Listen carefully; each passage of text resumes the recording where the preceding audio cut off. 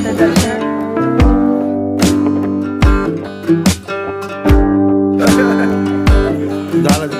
नमस्कार मंडळी, आज आम्ही आता चाललोय ते म्हणजे नरसोबाच्या वाडीला आणि स्वीटी आणि गोल्डनला आम्ही गावी सोडून आलोय। काल आम्ही गेलो होतो गावी, तर त्यांना तिकडून सोडून आलो। तर स्वीटी आणि गोल्डन दोघांनाही आमच्यासोबत यायचं होतं, पण काय त्यांना म्हटलं जरा थांबा, एक दिवस म्हटलं थांबा, म्हटलं संध्याकाळी परत त्यांना रिटर्न आणायला जायचं तर म्हणा। तर आम्ही आता किती 7:30 वाजले, आता आम्ही निघणार आहोत इथून। काल काय झालं की काल आम्ही त्याला म्हणजे सोडून तिकडे आलो ना, तर व्हिडिओ वगैरे शूट नाही केलं, कारण की तिकडे रात्री काय आलं की लाईट गेली होती। लाईट गेल्यामुळे काही व्हिडिओ वगैरे शूट नाही केला। आणि गोल्डन जरा हे झालंय, आता त्याला राग येणार आहे आमचा की त्याला आम्ही सोडून गेलो वगैरे। पण कसं बाहेर कुठे लांब वगैरे जायचं असेल ना, तर तेवढं शक्य नाही होत त्याला घेऊन जाणं, आणि तो पण कंटाळणार, आणि आपल्याला पण मग त्याच्यावर जास्त लक्ष ठेवावं लागतं कुठे जायला वगैरे। तर म्हणून मग म्हटलं तुम्ही दोघंही गावी राहा, आणि एका दिवसात कसं प्रवास झाला की संध्याकाळी काही त्यांना आणायला जायचंच आहे। तर इकडे येऊनची तयारी चालू आहे, आणि आता आम्ही लगेचच निघणार आहोत। झाली तयारी चालू आहे। 2 दिवस झाली पाऊसच आहे। आधीचा ब्लॉग तुम्ही बघितला असेल, गोल्डन खूप मजा केलेला आहे, पावसात भिजलाय तो। तर संध्याकाळी त्याला तिकडून तरी फिरून आणलं गावाकडून, म्हणजे शेतात वगैरे, म्हणजे जरा तो शांत होईल। नाही तर मग त्याला फिरून वगैरे आणलं नाही ना, तरी पण त्याला राग येतो। त्याला आणखी भिजायचं होतं पावसात, पण म्हटलं नको, तू एवढा भिजू नकोस। अजून म्हटलं दुसरा दिवस आहे, दुसऱ्या दिवशी पण म्हटलं भिजशील। चला आता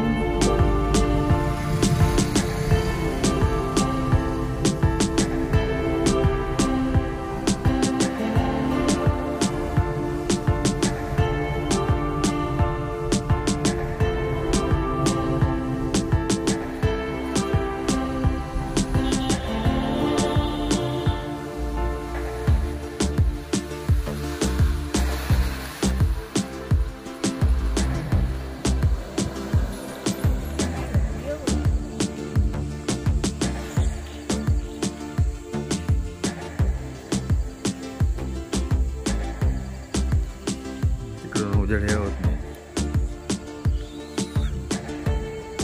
इकडे।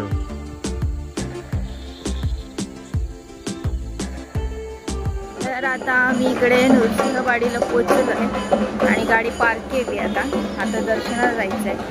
हे खाली काय बघतो दाखवते, इकडे पार्किंग आहे, या साईडला पार्किंग आहे। आता आम्ही खाली चाललो आहे, इकडे काहीतरी आहे, लग्न आहे वाटतं, लग्नाचंच आहे का?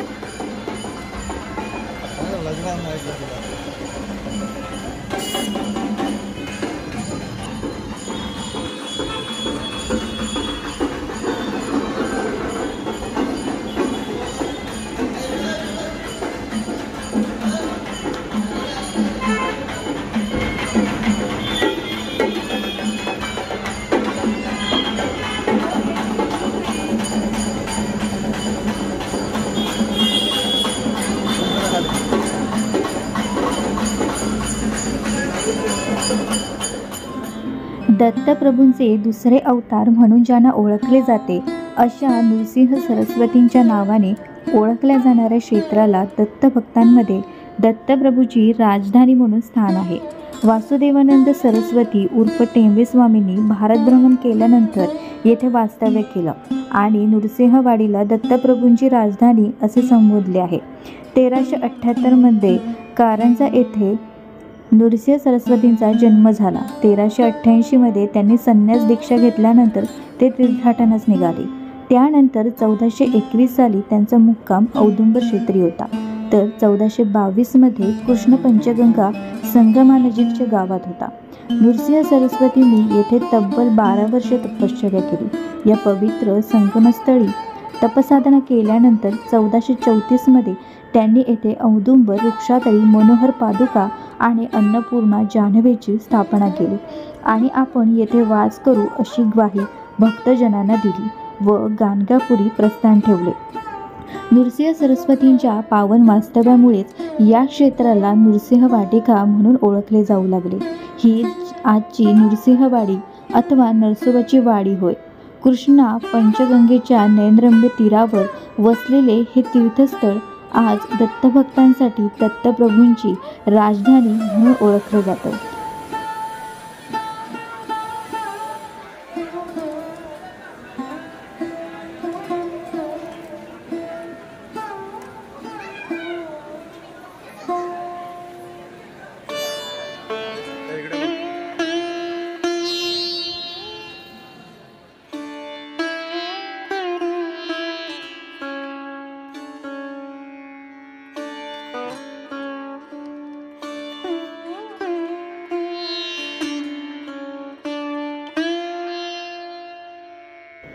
नरसोबाच्या वाडीवरून आम्ही निघालो खिद्रापूर येथील कोपेश्वर मंदिरात.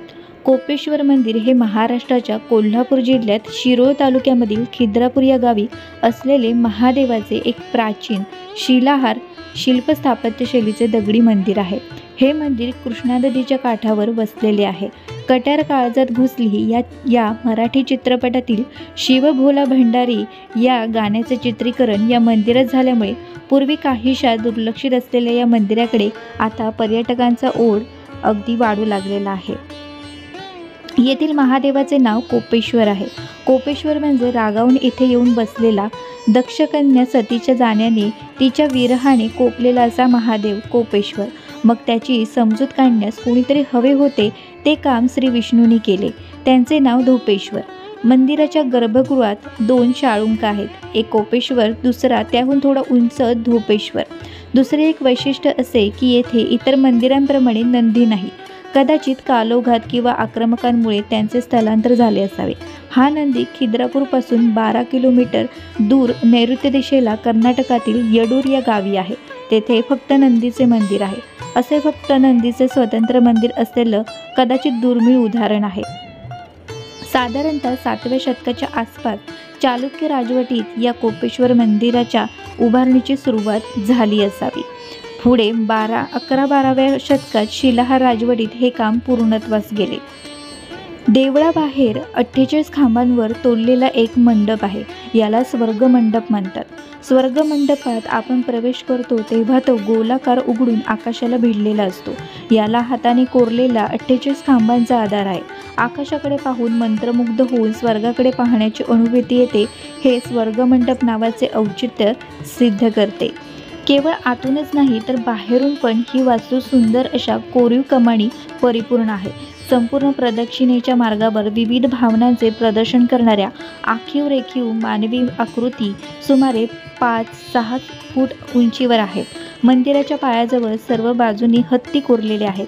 उत्तर आणि दक्षिण अशा दोन्ही बाजूत मात्र एक नंदीवजा आकृती दिसते. त्यावर रथामध्ये एक जोडपे बसले आहे असे लक्षात येते.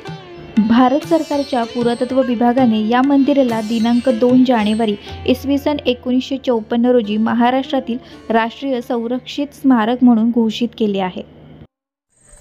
तर आता 8:30 वाजलेत आणि आता आम्ही इकडे आमच्या गावी चाललोय.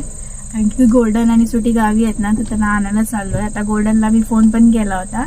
आता गोल्डन आमचा वाट बघतोय सारखा. हा तो चिडणार आहे आता आमच्यावरती. त्याला टाकून गेलो होतो म्हणून. आता आम्ही पटकन गावी जातो आणि मग तुम्हाला दाखवतो गोल्डन कसा आता. त्याला आम्हाला लगेच आणायचं पण आहे आता परत. काय झालं, जाऊया चला.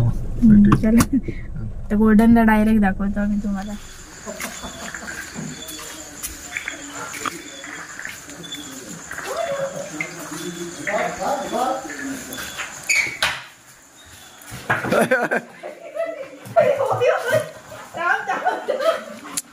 थांब गोल्डन. हा आता माझं थांब फाडणार पिशी बघ. नको फाडू नको. जाणार तो घेऊन बघ. इथे करायची उलटी नंतर चालेल शेंगे. चल येतो ये इकडे घेऊन घरात ये. घरात घेऊन ये आणतो. पिशवी घेऊन ये. चल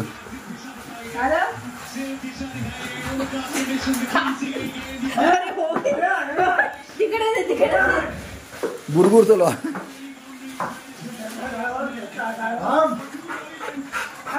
अरे थांब. अरे सोड शेंगा. भाजी करून टाक.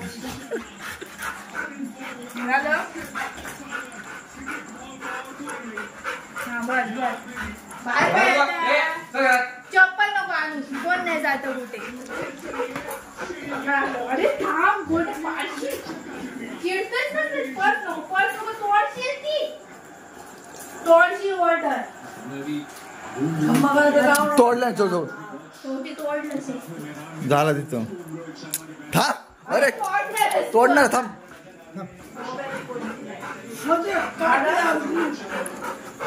थांब आता माझ्याकडे नाही